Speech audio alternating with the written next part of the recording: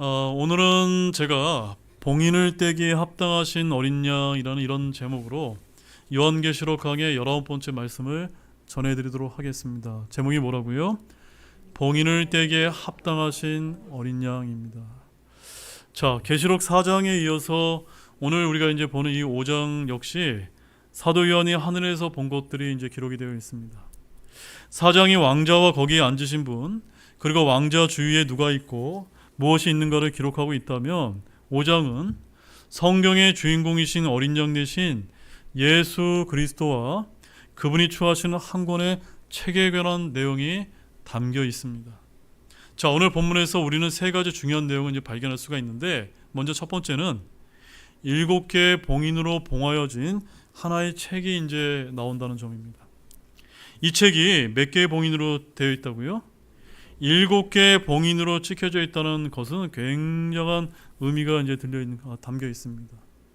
또한 이 책이 왕좌에 앉으신 하나님의 오른손에 들려져 있다는 점에서 얼마나 중요한 책이라는 사실을 우리가 발견할 수가 있습니다.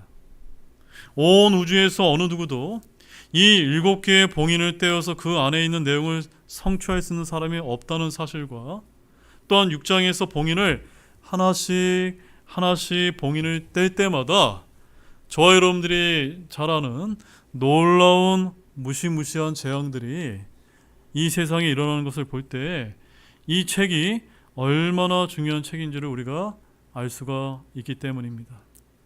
그 다음에 두 번째로는 이 책의 봉인을 뗄 수 있는 유일한 분이 등장하신다는 점입니다.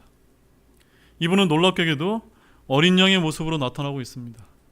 본문은 이 주인공의 등장을 아주 극적으로 표현하고 있는데, 맨 먼저 왕자에 앉으신 분의 오른손에 7봉인으로 봉해진 한 권의 책이 있습니다. 아주 중요한 책입니다. 힘센 천사가 큰 음성으로 이 책을 펴면 이 봉인을 뗄 수 있는 자가 누구냐고 하는데 아무도 대답을 하는 자가 없습니다. 이 음성은 하늘과 땅과 온 우주에 들릴 수 있는 굉장히 큰 소리였습니다. 그런데 7개의 봉인을 떼어서 이 책의 내용을 펼칠 수 있는 사람이 있었습니까? 없었습니까? 없었다라고 말씀하고 있습니다. 그래서 요한이 어떤 반응을 보이고 있습니까? 그것을 보고 요한이 너무나 많이 울었다라는 이런 말씀을 우리가 볼 수가 있습니다. 자, 이것을 볼 때 요한이 더는 이 계시록에 담겨있는 이 계시를 관객의 처지에서 바라보고 있지 않다는 것을 우리가 이제 발견할 수가 있습니다. 여러분, 무슨 말씀인지 이해하셨습니까? 하늘에 올라가서 이 계시를 봤을 때 사도 요한이 그저 나하고는 상관없는 그런 청중의 입장에서 바라본 것이 아니라는 사실입니다. 그는 이미 이 계시 안에 들어가서 등장인물의 한 사람으로 사용되고 있다는 것을 깨닫게 된 것입니다. 그것은 이 봉헌책을 떼는 일이 요한도 당사자요, 이 일에 직접적인 영향을 받는 자라는 것을 뜻하는 것입니다. 요한이 통곡을 하니까 장로들 중에 한 분이 와서 위로하면서 하는 말이 뭐라고 5절에서 말씀합니까? 유다 지파의 사자 곧 다윗의 뿌리께서 이기셨으므로 그 책을 펴시고 그것의 7봉인을 떼시리라 라고 하면서 그 주인공을 소개하는 것입니다. 그리고 하나님의 왕자 앞에서 어린 양이 등장하고 이 어린 양에 대한 설명과 찬양이 나오는 것입니다. 그 다음에 세 번째로는 이분에 대한 모순적인 내용인데, 이분은 사실은 양이 아닙니다. 그분은 한 인격을 가지신 분이십니다. 그런데 이분에 대한 설명이 서로 모순적이지 않습니까? 왜냐하면 하나는 어떤 모습으로 등장하죠? 유다 지파의 사자의 모습으로 등장합니다. 사자는 어떤 짐승입니까? 짐승 중에서 가장 강한 짐승이고 정복자라고 할 수 있지 않습니까? 그런데 실제로 나타나는 모습은 어떤 모습으로 나타납니까? 일찍이 죽임을 당한 양의 모습으로 나타나고 있기 때문에 뭔가 모순이 되어 보이는 그런 모습이지 않습니까, 여러분? 이 세 가지 내용이 모두 다 극적이라는 점입니다. 7개의 봉인이 봉해진 아주 중요한 책에서부터 시작해서 극적으로 주인공이 소개되고 있는데, 결국 이 주인공이 보여주는 서로 대립되는 모습, 즉 사자 같은 정복자의 모습과 죽임을 당한 어린 양의 모습에서 어떤 극적인 메시지를 저와 여러분에게 던져주기 위해서 이렇게 말씀하고 계신 것입니다. 자, 그럼 지금부터 본문을 좀 보겠습니다. 본문 1절 말씀 함께 읽어보겠습니다. 또 내가 왕자에 앉으신 분의 오른손에 있는 책을 보았는데 그것은 안과 뒷면에 글이 적혀 있고 7봉인으로 봉인되어 있더라. 자, 이 말씀을요 그냥 글자로 읽지 마시고요, 한번 상상을 한번 해서 여러분 들어보시기 바랍니다. 또 내가 보았는데 4장의 기록에 이어서 요한이 하늘에서 본 것들을 지금 기록하고 있는 것입니다. 내가 왕자에 앉으신 분의 오른손에 있는 뭘 보았다고요? 책을 보았는데 이 왕자에 앉으신 분은 누구십니까? 하나님 아버지이십니다. 요한은 왕자에 앉으신 하나님 아버지의 오른손에 있는 책을 보았습니다. 왕자에 앉으신 하나님 오른손에는 아주 중요한 책이 들려져 있었던 것입니다. 이 책이 중요한 것은 이 책이 하나님의 오른손에 들려있다는 것과 그 책에 붙어있는 뭐죠? 7개의 봉인 때문인 것입니다. 아마 여러분이 보통으로 중요한 책이 아니라면 봉인을 7개씩이나 찍어서 봉하지는 않았을 것이란 점입니다. 계시록에서 7이라는 건 어떤 뜻이죠? 완전을 의미하지 않습니까? 완전히 봉해졌으며 완전히 비밀이라는 것입니다. 이 안에 있는 내용은 합당한 자격을 가진 자가 아니고서는 절대로 아주 작은 부분이라고 해도 알 수가 없고 알아서도 안 된다는 것입니다. 국가에서 다루는 중요한 문서 중에 여러분 우리 군생활 하신 분은 아시죠? 1급 비밀, 2급 비밀 등의 표시가 되어 있는 그런 것들은 다 무슨 의미입니까?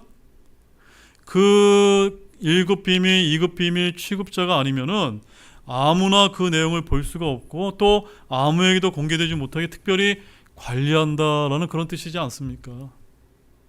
누구든지 그런 문서를 취급할 수 있는 사람은 법적으로 자격이 정해져 있고 그 정해진 사람만 그 문서를 뜯어서 볼 수가 있는 것입니다.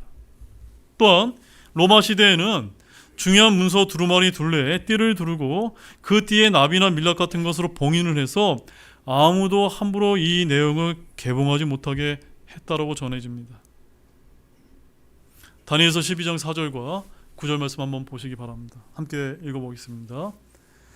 그러나 오 다니엘아, 너는 끝이 오는 때까지 그 말씀들을 닫아두고 그 책을 봉인하라.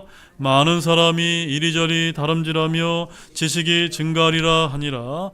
그가 이르되 다니엘아, 내 길로 가라. 주께서 끝이 오는 때까지 그 말씀들을 닫아두고 봉인하셨느니라. 언제까지 봉인하라고 말씀하셨습니까? 끝이 오는 때인데 여기 끝이 오는 때가 어느 때라고 설명을 하고 있습니까? 많은 사람들이 이리저리 다름질하는 겁니다. 어떻게 다름질할까요?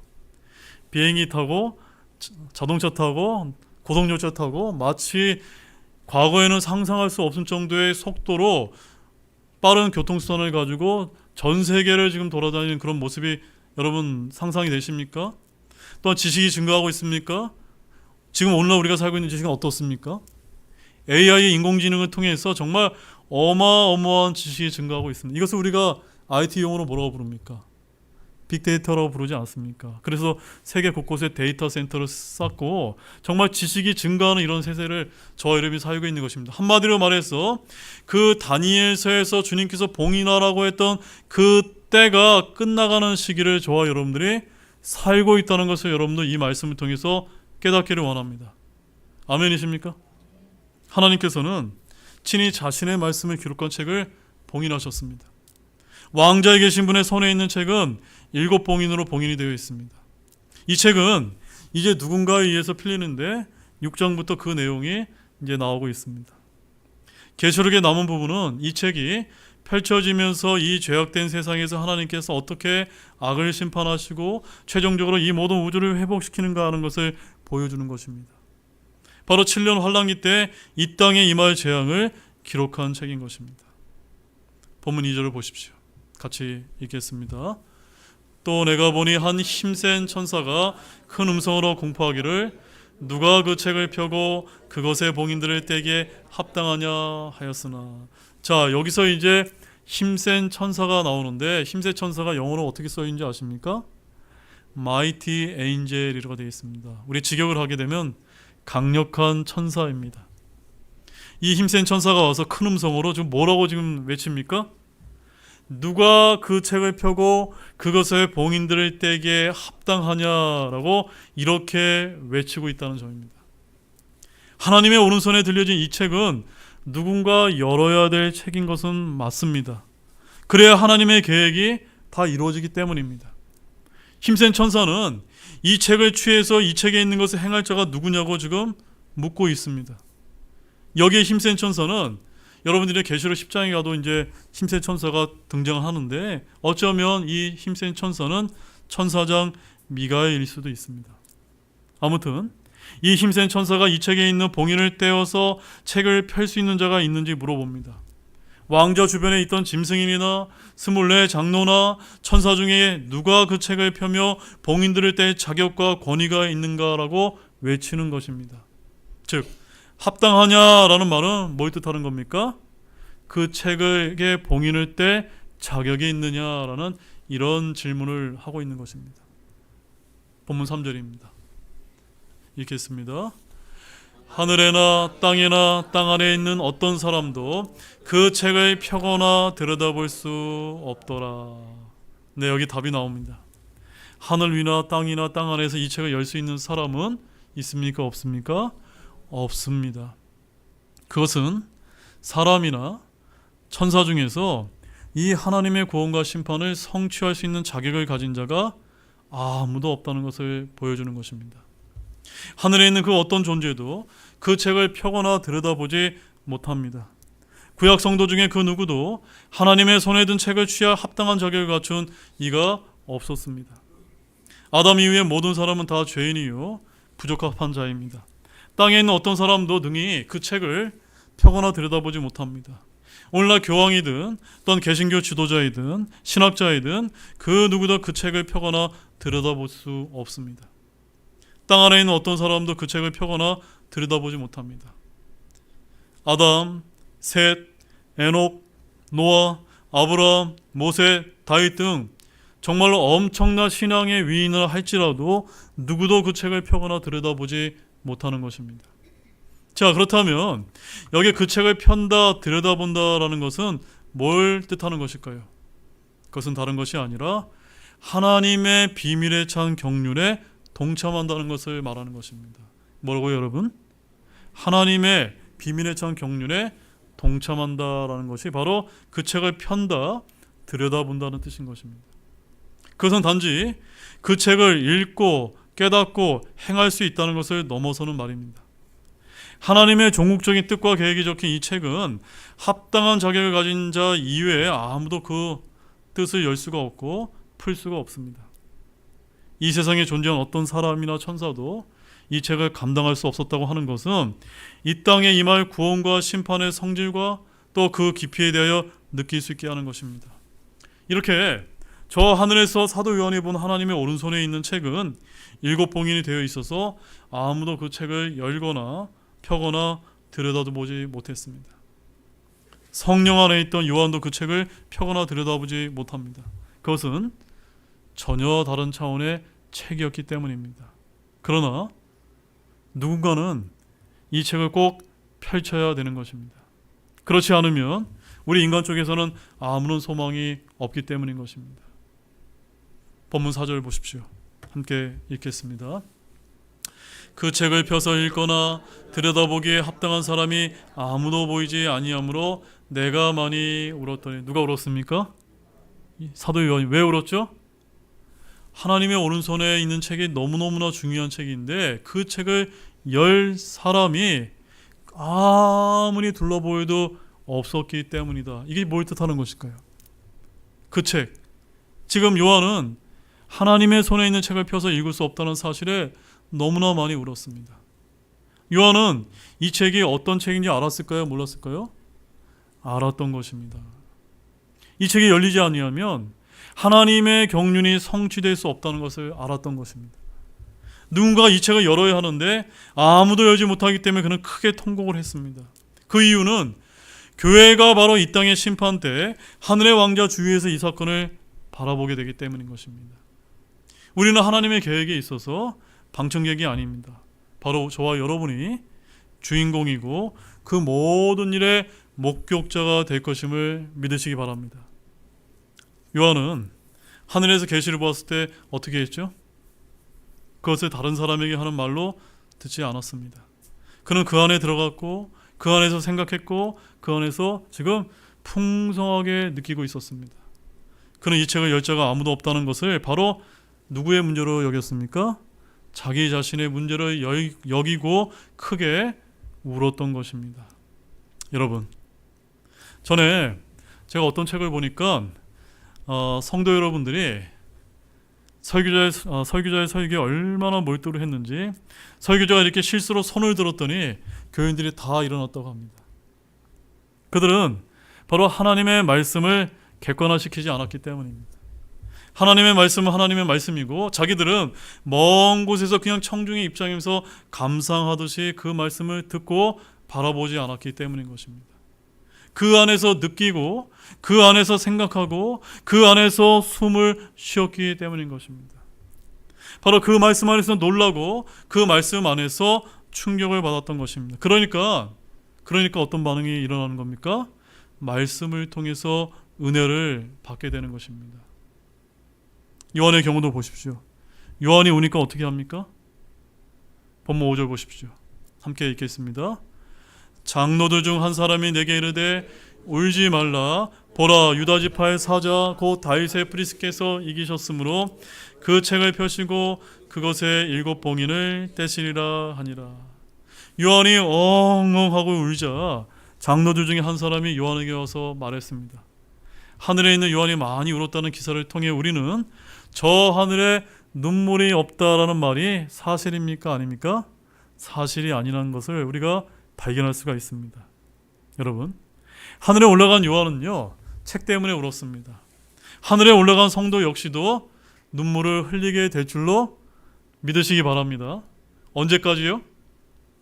바로 새 하늘과 새 땅이 열리는 희망자 심판석이 끝날 때까지는 저희들의 눈에서 저 하늘에 올라가도 눈물이 있다는 사실을 기억하기를 원합니다. 그러나 우리는 그리스도의 심판석에서 우리가 행한 일들 대부분이 불타는 걸 볼 때 우리 역시도 어쩌면 많이 울지도 모른다는 사실입니다. 지상에서 내가 주님을 위해서 정말 열심히 살았다고 했는데 그런 것이 다 헛것이라는 사실을 확인하게 될 때 울지 않을 사람이 없기 때문이 아닐까요? 우리는 훗날 불신자들이 둘째 사망에 처해지는 걸 볼 때 또한 많이 울게 될 것입니다. 복음을 전해야 했던 사람들이 주님 앞에서 영원한 저주를 받게 될 때 눈물이 나지 않을 사람이 없기 때문입니다. 거기에는 나의 사랑하는 가족, 친지, 또한 친구들도 있을 것입니다. 내가 아는 지인들도 있을 것입니다. 그때 우리는 눈물을 흘리지 않을 수가 없게 됩니다. 하늘에서 눈물이 있습니다. 장로들 중에 한 사람이 요한에게 와서 말을 하는데 이 장면은 요한이 환상을 본 것이 아니라 현장에서 실제 그들과 만나고 있었음을 보여주는 것입니다. 여러분 잘 들어보시기 바랍니다. 지금 이 땅의 반모섬에서 하늘로 공간 이동했을 뿐만이 아니라 지금 이 요한은 몇 년대 사람이죠? AD 96년에 살았던 사람인데 지금 2000년이라는 시간을 이동을 해서 직접 보고 듣고 말하고 있는 것입니다. 즉 하늘에 있는 장로는 사도 요한에게 있는 게는 과거의 일입니까? 미래의 일입니까? 미래의 일이 아닙니까? 장로들에게 요한은 먼 과거에서 온 사람입니다. 그런데 이들이 어떻게 하고 있죠? 서로 대화를 하고 있다. 이게 어떻게 일어날 수 있습니까? 바로 하나님에게는 불가능한 일이 없기 때문인 것입니다. 그런데 지금 장로들 중에 한 사람이 울지 말라고 합니다. 오늘 많은 이들이 슬픔에 잠긴 사람들에게 다가와 울지 말라, 그만 울어라 고 위로를 합니다. 그러나 말뿐이지 문제 해결을 전혀 주지 못할 때가 많이 있습니다. 하나님의 위로, 위로자이신 성령, 성경의 위로는 말뿐인 것이 아니라 소망임을 여러분 믿으시기 바랍니다. 문제 해결자를 제시해 줍니다. 장로들 중에 하나는 울고 있는 요한에게 그래서 누구를 제시하고 있죠? 예수 그리스도를 제시해주고 있는 것입니다. 왕자 주변에 있는 그룹들이나 장로들, 밖에 있는 천사들이 아니라 곧바로 예수님에 대해서 울고 있는 요한에게 말해주었던 것입니다. 예수님이 모든 사람들의 슬픔과 고통과 눈물을 근원적으로 해결해 주실 수 있는 생명의 소망이 되시는 분임을 믿으시기 바랍니다. 따라서 우리 주변에도 울고 계신 분, 고통을 겪고 계신 분이 있습니까? 그분에게 다가가서 우리가 누구를 소개해야 될까요? 네, 우리를 구원하신 예수님을 소개해 주시기 바랍니다. 언제 어디서나 어떤 문제에서나 예수 그리스도만이 우리의 소망이시기 때문인 것입니다. 본문 5절 말씀을 다시 보십시오. 거기 뭐라고 기록되어 있냐면, 보라, 유다 지파의 사자고 다윗의 뿌리께서 이기셨으므로. 즉 예수님은 뭐라고요? 유다 지파의 사자입니다. 여러분, 창세기 49장 8절과 12절에 가보게 되면 야곱이 죽기 전에 아들들에게 축복하면서 유다에게 하는 말 중에 9절 말씀에 이런 말씀이 기록되어 있습니다. 유다는 사자 새끼니라, 웅크린 것이 사자 같고 늙은 사자 같으니라 라고 이렇게 말했는데, 예수 그리스도는 바로 유다 지파에서 태어나게 된다는 것이 미리 야곱의 입을 통해서 예언이 되어 있던 것입니다. 또한 마태복음 1장 1절에서도 다윗의 자손으로 불립니다. 또한 예수님은 여자의 씨이시고 셈의 후손이며 유다 지파이십니다. 그리고 히브리서 7장 14절 말씀에 우리 주께서 유다에게서 나신 것이 분명하도다 라고 이렇게 기록되고 있는데, 우리 예수님께서는요 요셉 지파가 아니시고 레위 지파도 아니십니다. 어디 지파입니까? 유다의 자손으로 오셨습니다. 예수님은 또한 다윗의 아들이며 다윗의 뿌리십니다. 바로 신약 성경에서 다윗의 아들이라고 할 때 그분은 솔로몬이 아닙니다. 다윗의 아들은 바로 예수님 한 분입니다. 예수님은 육체로는 다윗의 씨이지만 또 씨이자 자손이시만 다윗의 뿌리이십니다. 이것이 바로 예수님의 신성에 관한 언급을 지금 하고 계신 것입니다. 마가복음 12장 35절 말씀을 함께 읽어보겠습니다. 예수님께서 성전 안에서 가르치실 때 응답하여 이르시되 어찌 서기관들은 그리스도가 다윗의 자손이라고 말하느냐. 지금 다윗은 자신의 허리에서 나올 자손들 중에서 자신의 주가 계시다는 사실을 말했던 것입니다. 즉 다윗의 자손이 다윗의 주요 뿌리이신 분이 바로 누구이시죠? 예수 그리스도라는 것을 말해 주었던 것입니다. 그래서 5절에 유다 지파의 사자고 다윗의 뿌리께서 이기셨으므로라는 이 말씀은 바로 예수님께서 죽음의 권능을 가진 자 마귀를 이기셨고, 또한 예수님은 권력들과 권능들을 이기셨고, 또한 세상을 이기셨고, 또한 죽음을 이기셨던 것입니다. 예수님은 다 이기셨습니다. 예수님은 이기신 분, 정복자, 승리자이심을 믿으시기 바랍니다. 우리 안에 계신 예수 그리스도는 세상보다 더 크신 분이십니다. 예수님은 우리를 이기게 하시며 우리는 예수 그리스도를 통해 삶 속에서 승리하게 되는 것입니다. 예수 그리스도께서 승리하셨다면 그분에 속한 자, 그분 안에 있는 자는 이긴 자들이요 승리자인 것입니다. 초림 때 예수님은 세상 죄를 제거하는 하나님의 어린 양이셨지만 재림 때 예수님의 모습은 사자의 모습으로 오시는 것입니다. 즉 왕이요 심판자로 오시는 것입니다. 5절 말씀 잠깐 보십시오. 그 책을 펴시고 그것에 7 봉인을 떼시라 하니라. 예수님께서 하나님의 오른손에 있는 책을 펴시고 그것에 7 봉인을 떼시는 분이라는 사실입니다. 그 책이 펴지고 7 봉인을 떼시면 이 세상에는 무엇이 일어날까요? 심판이 집행되는 것입니다. 요한계시록에 나오는 7 재앙들이 바로 이 책에 기록된 재앙들인 것입니다.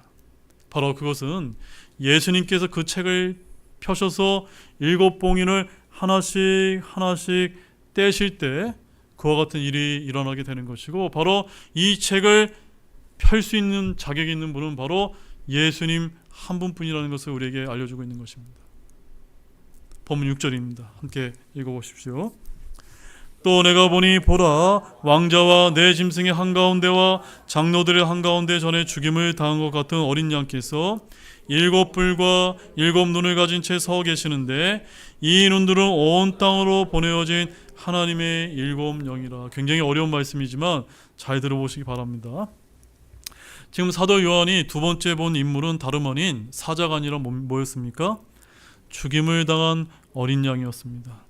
참고로 어린 양은 처음에 아담과 이브를 위해 피를 흘려 죽었습니다. 다음에는 이삭을 대신해 죽임을 당했습니다.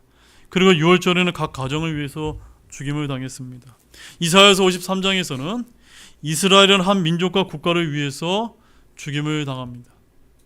신약 성경에서 침례자 요한은 예수님을 향해서 뭐라고 외쳤습니까? 세상 죄를 제거하신 하나님의 어린 양이라고 말했습니다. 바로 요한은 예수님께서 실제 양으로 등장하고 있는 것을 본 것입니다. 여기서 우리는 항상 비유적인 것과 문자적인 것을 구별할 필요가 있습니다.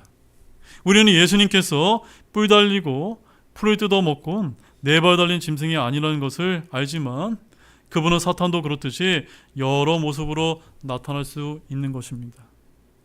사탄이 어떻게 나타나죠? 빛의 천사나 뱀이나 용이나 그룹으로 나타나지 않습니까?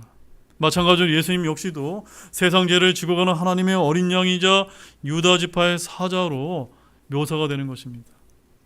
하나님의 오른속에 있는 책을 취할 자격을 말하는 장면에서 예수님은 죽임을 당한 어린 양으로 제시되고 있는 것입니다. 바로 희생물로 드려진 어린 양을 말합니다. 이것이 문자 그대로 어린 양을 의미한다면 목이 따진 채 피를 흘리는 모습을 묘사하는 것이고, 그렇지 않다면 예수 그리스도의 몸에 있는 십자가의 상흔들을 묘사한 것입니다. 이것은 어떤 의미에서는 주 예수 그리스도께서 그분의 피의 구속 증거로 십자가의 상흔들을 영원에서도 지니고 계실 것임을 보여주고 있는 것입니다. 이해하셨습니까, 여러분? 그 예수님의 그 못 박힌 그 못자국이 언제까지요? 영원토록 가지고 계신다는 사실입니다. 바로 예수 그리스도의 부활한 몸에 그분이 죽은 자 가운데 살아나기 전 십자가의 순환의 일부인 못자국들과 창자국을 여전히 지니셨음을 말하고 있는 것입니다.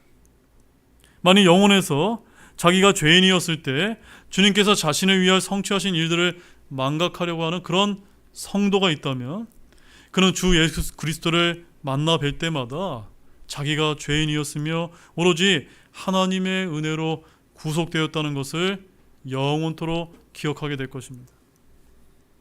자, 요한에게 다가온 장로는 유다 지파의 사자를 말했는데, 요한이 본 것은 사자가 아니라 뭐였습니까? 양이었습니다. 여기서 한번 사자와 어린 양의 기묘한 대조를 한번 살펴보기를 원합니다. 하나님의 구원은 도저히 어울릴 것 같지 않은 이 두 표상에 의해서 이루어집니다.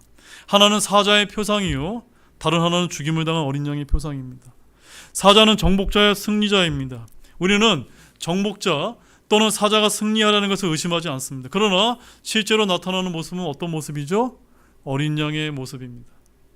그것도 보통 어린 양이 아니고 일찍 죽임을 당한 어린 양이라는 사실입니다. 도대체 어떻게 죽임을 당한 어린 양이 사자와 같은 정복자가 될 수 있단 말입니까? 처음에는 유다 지파의 사자가 소개되었는데 실제로 등장하는 것은 죽임을 당한 어린 양이었다는 사실입니다. 여러분, 이것이 바로 하나님의 구원이 가지는 비밀의 절정이라는 사실을 여러분 알고 계십니까? 도대체 어떻게 죽임을 당한 어린 양의 승리자가 되고 정복자가 될 수 있냐는 말입니다. 하나님 앞에서 그분이 하신 일이 무엇입니까? 어린 양으로 죽으신 것입니다. 그분은 일찍이 죽음을 당하신 바로 그 양입니다.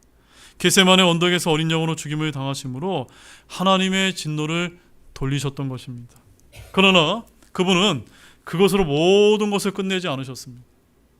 부활하셔서 최종적으로 사탄과 죽음을 정복하심으로써 온 우주를 회복하시는 것입니다.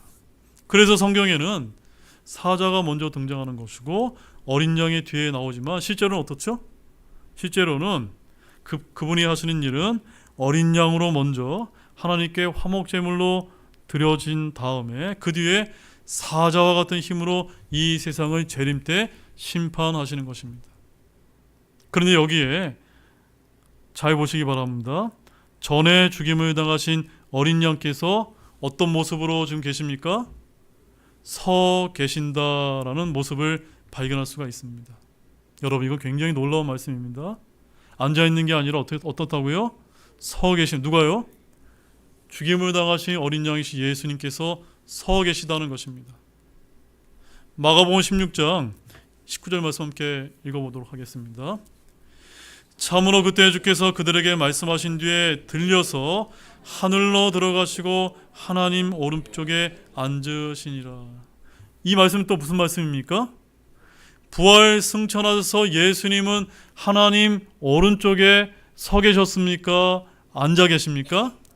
앉으셨습니다. 그런데 언제 잠깐 일어나셨는지 아십니까? 스데반이 순교당했을 때 스데반을 맞이하기 위해서 잠시 일어나셨다가 지금은 또다시 앉아 계신 것입니다. 그런데 요한은 그 예수님이 일어나셨다라고 지금 외치고 있는 것입니다. 바로 책을 받으시고 봉인을 떼셔서 심판을 집행하시기 위해서 일어서신 것입니다. 본문 6절 말씀 보십시오. 다시 큰 목소리로 읽어보겠습니다. 어린 양께서 7뿔과 7눈을 가진 채 서 계시는데 이 눈들은 온 땅 안으로 보내어진 하나님의 7 영이라. 여러분, 이게 무슨 말씀일까요? 어린 양께 있는 7뿔과 7눈을 가진 7 영이 있다라고 말씀하고 있습니다. 여러분, 계시록에서 반복해서 7 영, 7 영 하는 것은 바로 성경에서 7이라는 수가 바로 하나님의 수로 주님의 완전하심을 나타내는 것입니다. 맞습니까, 여러분? 또한 7뿔을 가졌다는 것은 그분의 권위가 완전하다는 것을 말해주는 것입니다. 또한 그분의 눈이 몇 개라고요? 7눈을 가졌다는 것은 온 땅과 온 세상을 감찰하시는 완전한 영으로 그분의 눈을 피할 자가 없다는 것을 보여주시면서 하나님의 왕자 앞에 계신 성령을 의미한다고 이렇게 해석할 수가 있는 것입니다. 이해하셨습니까, 여러분? 본문 7절 말씀입니다. 큰 목소리로 읽겠습니다. 그분께서 오셔서 왕좌에 앉으신 분의 오른손에서 그 책을 취하시니라. 자, 이제 이 어린 양께서 나오셔서 왕좌에 앉으신 분의 오른손에서 그 책을 취하시는 장면이 나옵니다. 하나님의 손에 있는 책을 취하시고 그 책을 펴서 기록된 대로 다 행하실 분은 예수 그리스도 뿐이심을 여러분 믿으시기 바랍니다. 예수님은 왕좌 오른쪽에 앉아 계시다가 바로 이 책을 취해서 일어나셔서 책을 이제 취하셨던 것입니다. 바로 이제 이 땅에 하나님의 심판이 집행되리라고 하는 그런 순간입니다. 주님께서 책을 취하심으로 7년 환란기의 재앙이 이 땅에 쏟아 부어지게 되는 것입니다. 책에 기록된 내용들이 현실에서 언젠가 벌어지게 될 것입니다. 바로 책을 취하실 자격이 있으신 유일하신 분이 예수 그리스도 뿐이라는 사실을 여러분 기억하기 원합니다. 이 세상에 어린 양이신 그분께서 오시지 않았다면 우리는 어떻게 되고 말았을까요? 그분이 사망을 이기시고 살아나지 않았다면 우리는 어떻게 되었을까요? 환란기 때 짐승을 무찌르기 위해 심판을 집행해야 하는데 그 책에 봉인을 열 자격이 있는 어린 양이 계시지 않다면 환란 성도들은 어떻게 해야만 될까요? 그러나 감사하게도, 정말로 감사하게도 성도들에게는 그 책을 받아서 봉인을 여시고 심판을 집행하실 누가 계십니까? 어린 양 대신 예수 그리스도가 계시다는 것입니다. 하나님의 어린 양, 그분이 하신 일이 무엇입니까? 바로 어린 양으로 죽으신 것입니다. 그분은 일찍 죽임을 당하신 바로 그 양입니다. 겟세마네 언덕에서 어린 양으로 죽임을 당하심으로 하나님의 진노를 돌리신 분이 아니십니까? 그러나 그분은 그것으로 모든 것을 끝낸 것이 아닙니다. 오늘 말씀에도 가장 특징적인 것은 어린 양을 성령과 연결시키고 있다는 사실입니다. 이제 결론의 말씀을 드리도록 하겠습니다. 사랑하는 여러분, 오늘 우리는 하나님의 오른손에 있는 이 중요한 책을 펼칠 수 있는 유일한 분인 누구를 보게 되었습니까? 예수 그리스도 한 분뿐이라는 사실을 발견하게 되었습니다. 그분은 저와 여러분의 구원을 이루셨을 뿐만이 아니라 이 악한 현 세상을 심판할 권세를 가지신 유일한 분이심을 우리에게 보여주고 있는 것입니다. 그분이 봉인을 열 때 그분의 권능이 온 세상에 드러나게 될 것입니다. 여러분, 이것을 믿으십니까? 성경을 통해서 본 미래의 역사를 우리는 훌륭한 하늘나라에서 우리 사도 요한과 함께 이 장면을 바라보게 될 줄로 믿으시기 바랍니다. 우리로 하나님의 경륜을 미리 알게 하신 우리 주님께 영광과 찬양을 돌립니다. 기도하고 마치겠습니다.